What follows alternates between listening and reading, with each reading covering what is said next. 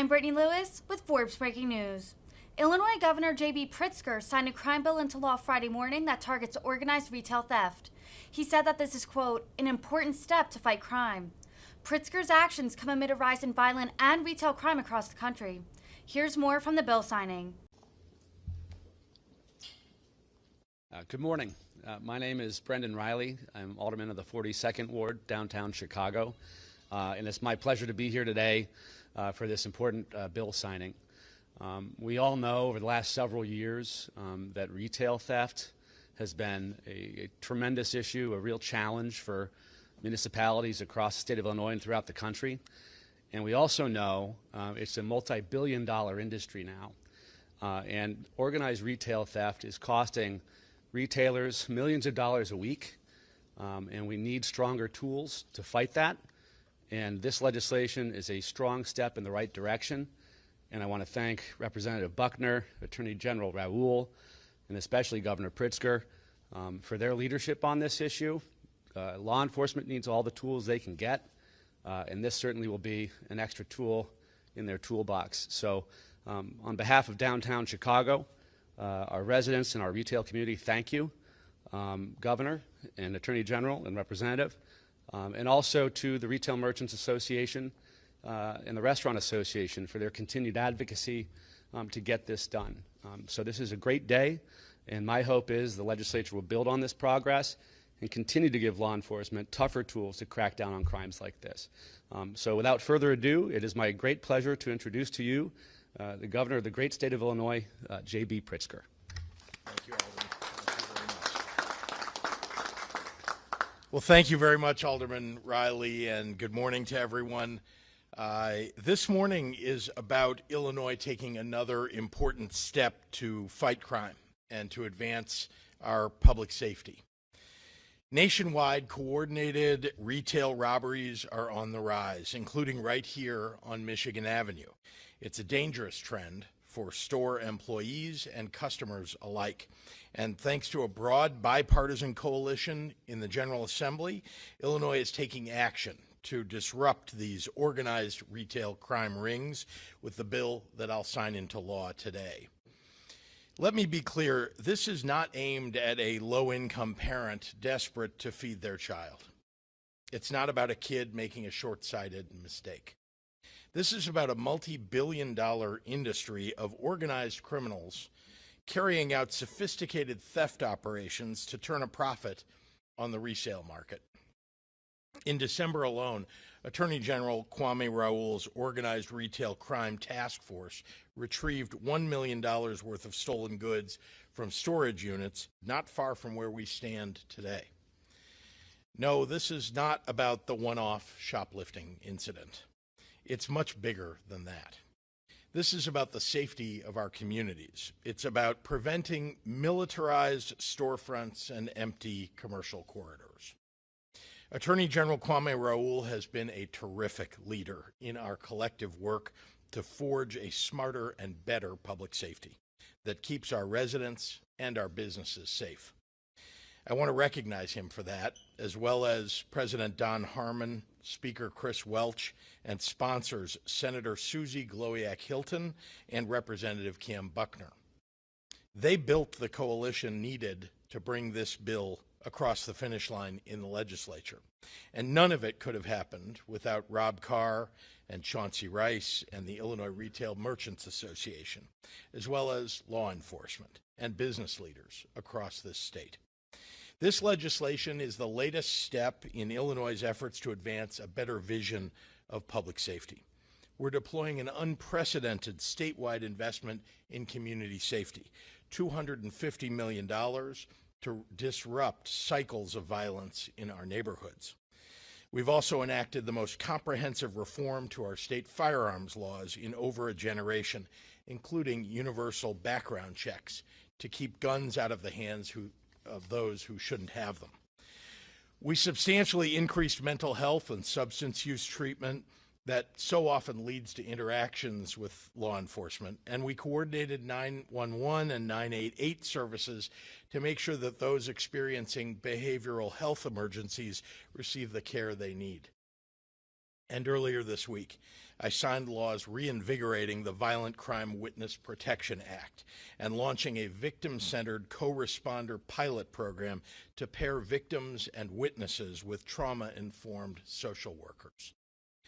I look forward to furthering our commitment to building a public safety system that works for all of us, including ensuring the victim rights advanced today are carried through our justice system. Today we take another step in the right direction, and then our work continues. With that, I have the honor of introducing a true leader in safety and justice, our terrific Attorney General, Kwame Raoul.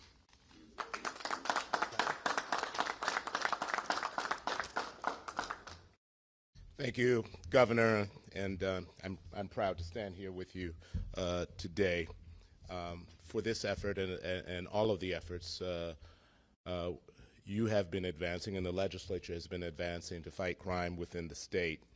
I really want to give a strong shout out to Rob Carr and the Illinois Retail Merchants Association for the work we have done together.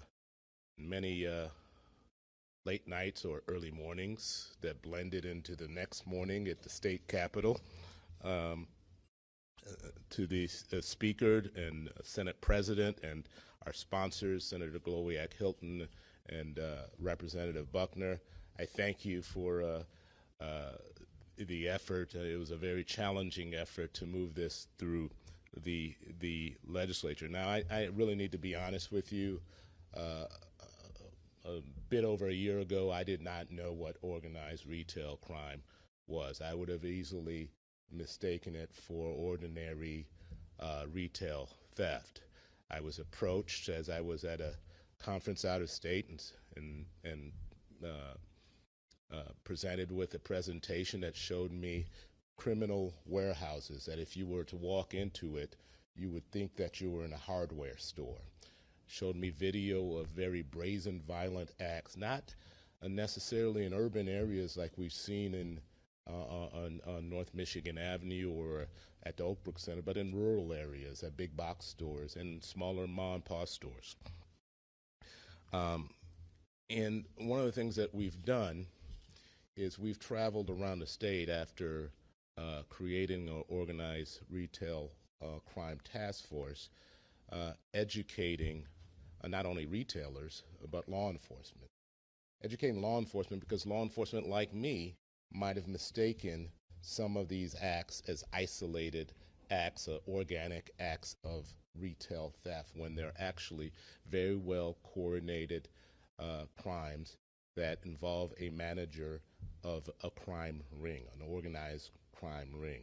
And it's important to note that organized retail crime is very much linked to other dangerous criminal activity, such as human trafficking, gun trafficking, drug trafficking, in some instances, terrorism. The proceeds of organized retail crime can go towards funding some of that activity.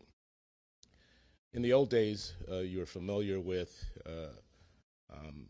maybe small groups engaging in retail theft and pawning items at the pawn shop or at the flea market or in the back alley. But now there is a tool available to these crime rings that makes it a very profitable endeavor, and those are the online marketplaces.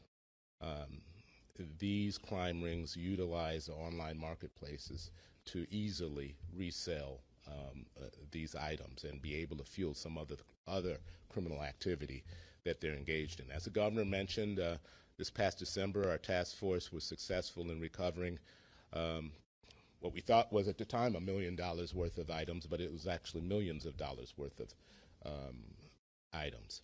We have other ongoing investigations working with both federal and local law enforcement partners, and it's important to note that no one law enforcement agency can solve this problem, because this problem does not restrict itself to a municipality or a county.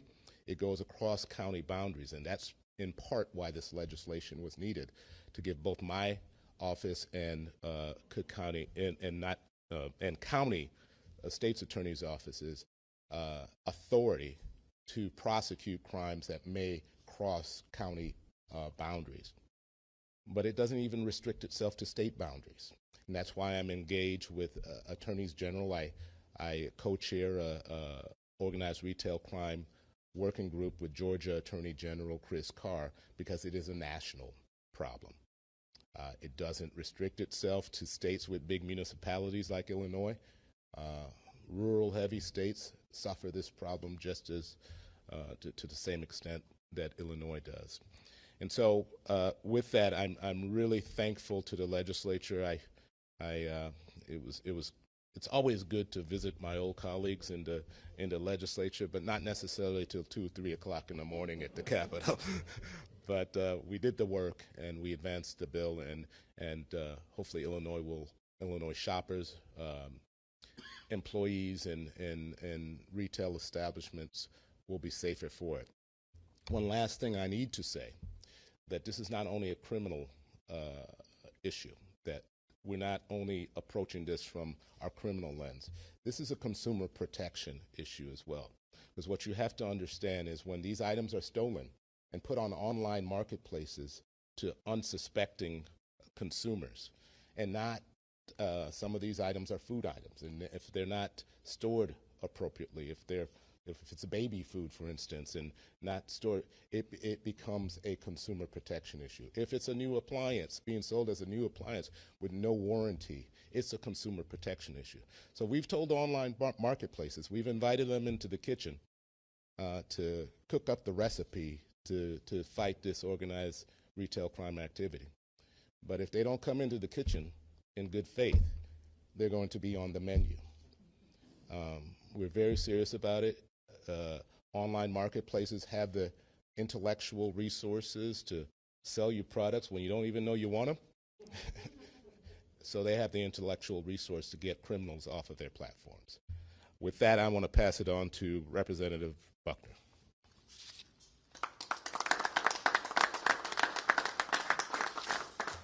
Thank you, Mr. General, and thank you, Governor Pritzker, for your leadership on this, President Harmon, Speaker Welch, for taking on the mantle of getting this done, to Senator Gloria Hilton for your work as well. It was a pleasure to work with you on this bill. Cracking down on organized retail theft will not only strike a blow against organized crime, it will provide vital relief to small businesses in this community and around this state. After a deadly pandemic and challenges arising from inflation, theft and destruction of their property is the last thing that small businesses need. Codifying this legislation is just another step the Democrats are taking and have taken to address public safety challenges in our communities. I thank Governor Pritzker for doing his part in signing this bill into law. Creating a new offense will allow prosecutors to target smash and grab criminals who work in groups to profit by hurting their neighbors and neighborhoods. We're continuing to ensure that law enforcement has the tools they need to do their jobs by creating a fund dedicated to ending these crimes. Alderman Riley talked a little bit about having tools in the toolbox to deal with this. This is better tools for a better fight. This legislation also creates the Inform Act, which regulates online marketplaces and helps prevent the sale of stolen goods online, as you heard earlier. Listen, nationally, we know, as the Attorney General said, this is a problem. Nationally, $15 billion in tax revenue is lost to state and local governments because of organized retail crime. That means less money for schools, for violence prevention, for roads, for bridges, for hospitals. This is necessary work, and once again, Illinois is leading, and we are at the tip of the spear of getting it right. I would like to take this moment now to introduce Senator Susie Gloria Hilton, who was the Senate sponsor of this bill, who I was privileged to work with on this legislation.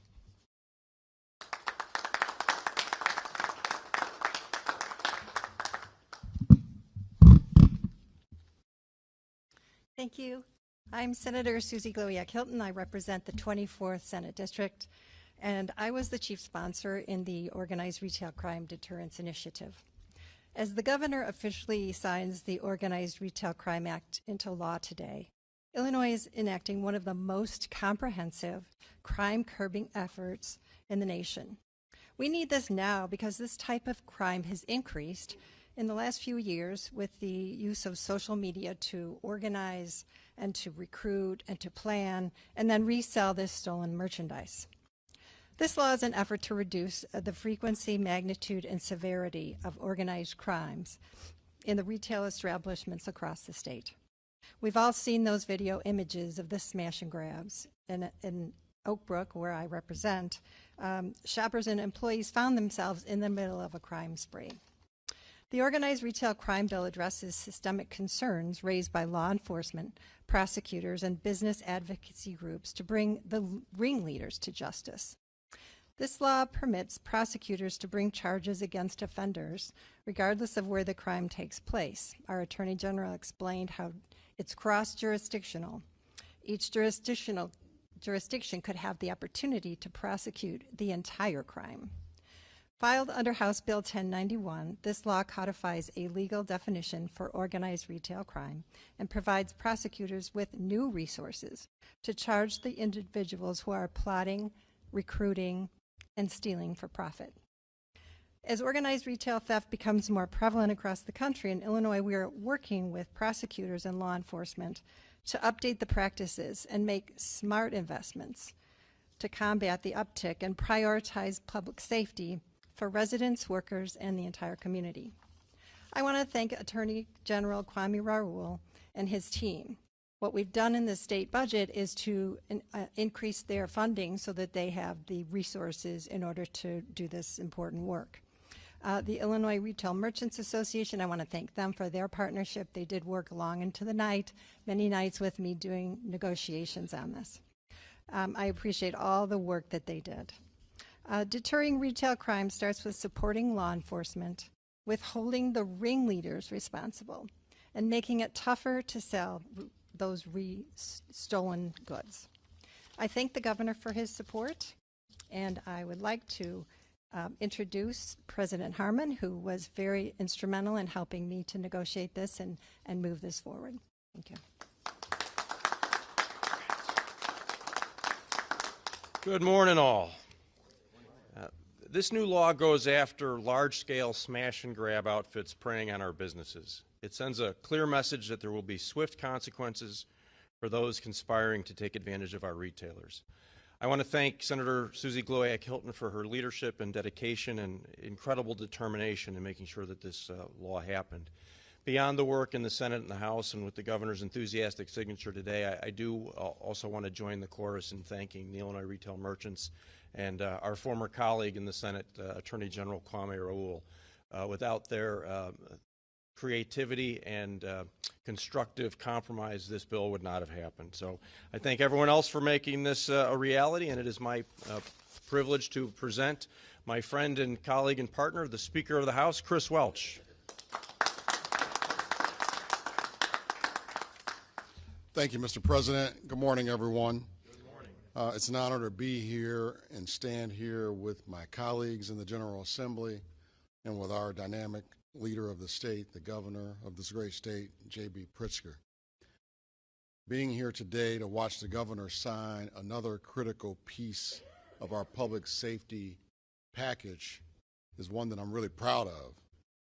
I specifically want to thank Representative Cam Buckner, who chairs the House Black Caucus, Senator Gloyak Hilton, who is a neighbor of mine in the western suburbs, the Illinois Retail Merchants Association, my friend the Attorney General Kwame Raoul, and many others who prioritized this really important piece of legislation.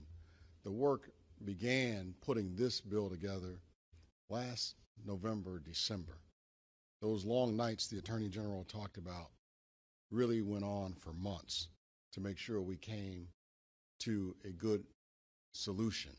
And this really is a good solution.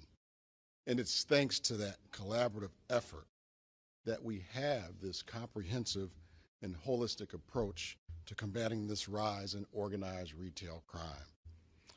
When we created the House Public Safety Working Group, I knew that that group's listening sessions with advocates and stakeholders across the state would be instrumental in the creation of legislation that would respond directly to the needs of our communities.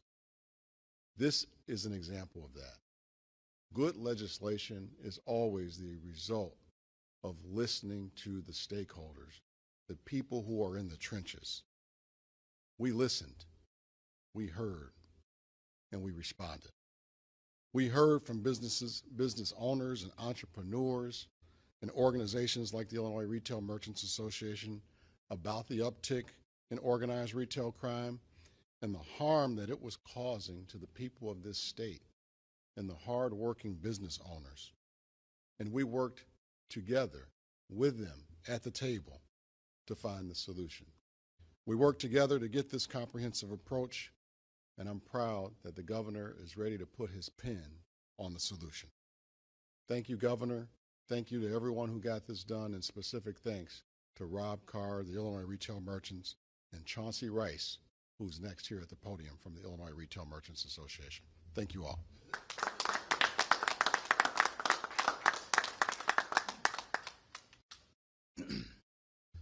Good morning, everyone. Good morning. I'm Chauncey Rice with the Illinois Retail Merchants Association, and it's an honor to be here today to represent over 23,000 stores from every corner of the state, from the nation's largest retailers to small mom-and-pop businesses, as Governor Pritzker prepares to sign into law one of the strongest and most comprehensive measures in the nation to address organized retail crime. As we all know, and some of us have unfortunately experienced, brazen thefts have been on the rise across the nation and unfortunately right here at home as well, with organized mobs descending on stores and communities all across the state. These brazen acts not only place retail employees and customers at risk, but also deprive local municipalities and the state of much needed tax dollars. So to be clear, this law does not target petty retail theft, as the governor mentioned earlier today, but this targets ringleaders of organized retail crime who often use proceeds from the sale of stolen goods to fund other illicit activities, including human trafficking and even terrorism. So this important piece of legislation will help to combat these unlawful activities by addressing the problem from multiple angles, such as providing prosecutors with more tools to hold bad actors accountable, requiring more oversight of third-party marketplaces where stolen goods are sold, and providing stronger rights for victims of organized retail crime. So on behalf of our state's retail community, Governor Pritzker, we thank you for taking swift and decisive action on this issue, and Attorney General Kwame Raoul, we of course offer our deep appreciation for your partnership and steadfast leadership throughout this process. And last but not least, we'd like to thank legislative sponsors, Senator Susie Glowiak-Hilton, thank you, and Representative Cam Buckner, thank you as well. You guys helped us shepherd this through the legislature by working in a collaborative and bipartisan fashion. So again, thank you all. Thank you for your time. And with that, we'll have the signing of the bill. Governor Pritzker.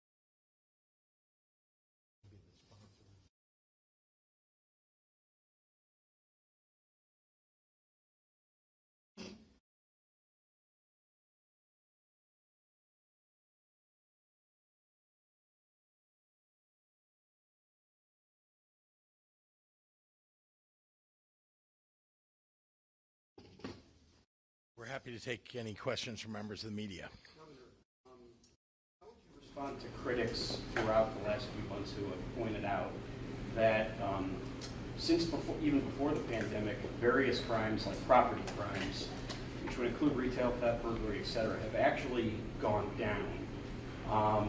And not just that, but there's laws on the books that address conspiracy cases on criminal enterprises in the state of Illinois. So given all that, can you still talk about why a law like this is needed despite that? Sure, and I'm going to ask the Attorney General to jump up just in a moment, but I just want to say many of those critics are people who didn't stand up to make the laws stronger. They complained an awful lot. They never participated in any of the efforts that we've made to, try to make public safety better for everybody, to make our communities better, our neighborhoods safer for families. And so it's the critics can say whatever they want, but this was a significant effort to protect our retailers as well as the people who work at the retail establishments and their customers. I'll let the Attorney General come. They haven't gone down. The data that you heard with regards to the tax revenue loss because of specifically organized retail crime, which is what we're here to discuss today, not crime generally, but organized retail crime has gone up, not only here in Illinois, but nationally.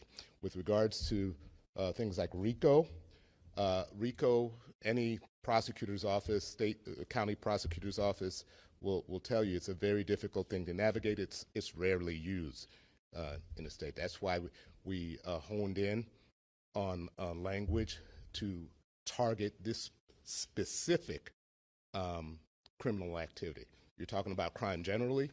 We can have that debate, but we're talking about organized retail crime today.